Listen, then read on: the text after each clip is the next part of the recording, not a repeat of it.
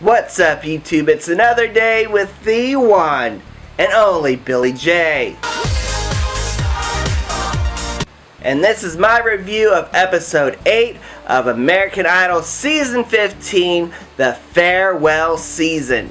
And it is the second episode of Hollywood Week, which is group night.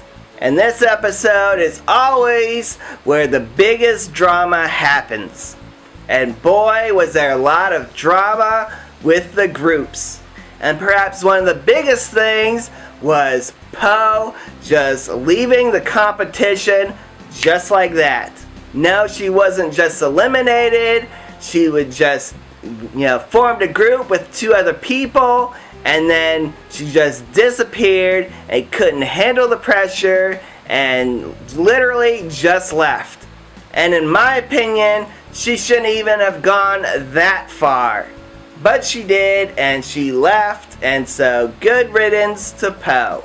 We won't have to worry about her doing the same songs as she, and also during the live shows, we don't have to look at she in the crowd crying and bawling for whatever reason. And with that said, another contestant just up and left her group and left them stranded was Shelby Z, the country singer hairdresser. I didn't like the way that she just up and left her group either. She just put the papers down and was like, I'm gonna go somewhere, and then she just left them stranded. And I personally don't like that. Now granted, it worked out for the other group. They eventually got LaPortia.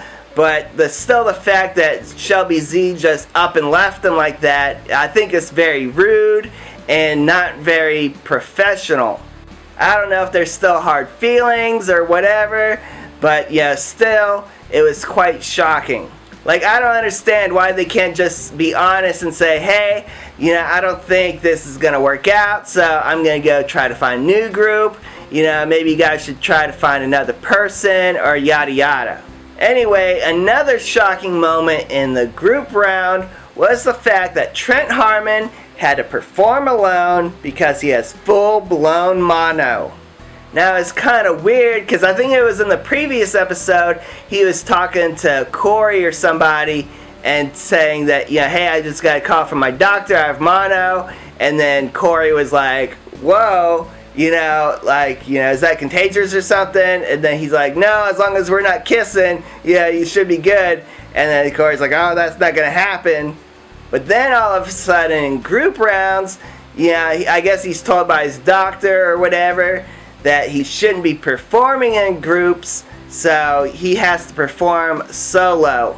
Which I think is even better because then he doesn't have to rely on choreography with other people, and he doesn't have to worry about them forgetting lines or trying to outshine the other people or harmonize. He can just do whatever he wants, and boy did he do whatever he wanted.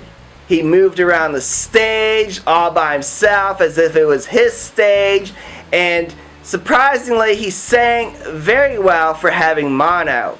Another shocking moment for me was LV Shane being eliminated in the group round. I was rooting for LV Shane because I had him in my top 24. I felt he had a great, big, powerful voice, kind of like a southern rock type of voice, and he could have gone far in the competition, but c'est la vie, he was let go in the group rounds. Also kind of shocking for me was Cameron Richard. I thought he could have done better, but he was also let go in the group rounds. Also in the group rounds, I was disappointed in a few of the performances by the people who were actually let through to go further in the competition. The first one up was Sonica Fade, and her performance in the group round was very lackluster, and very surprisingly so because she's a great, immense talent, but during her performance she is just kind of like very dead and just going through the motions and very, very lackluster.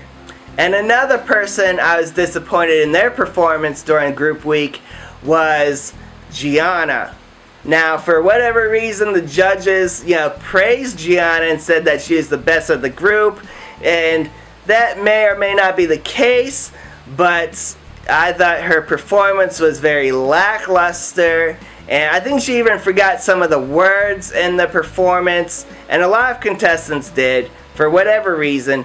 But, Gianna forgot some words, and I think she made stuff up or whatever. But I thought her performance was very lackluster. But of course, because she's Brenda K. Starr's daughter, who's also a friend of J-Lo, they grew up together, went to the same dance club or whatever, dance studio.